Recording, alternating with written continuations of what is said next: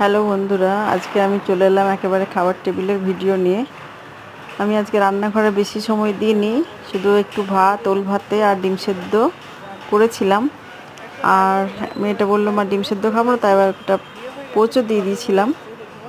তো ভালোই লাগে সব রকম থাকলে, ডিমের রেসিপি থাকলে দিয়ে ও বেশ ভালোই খায়।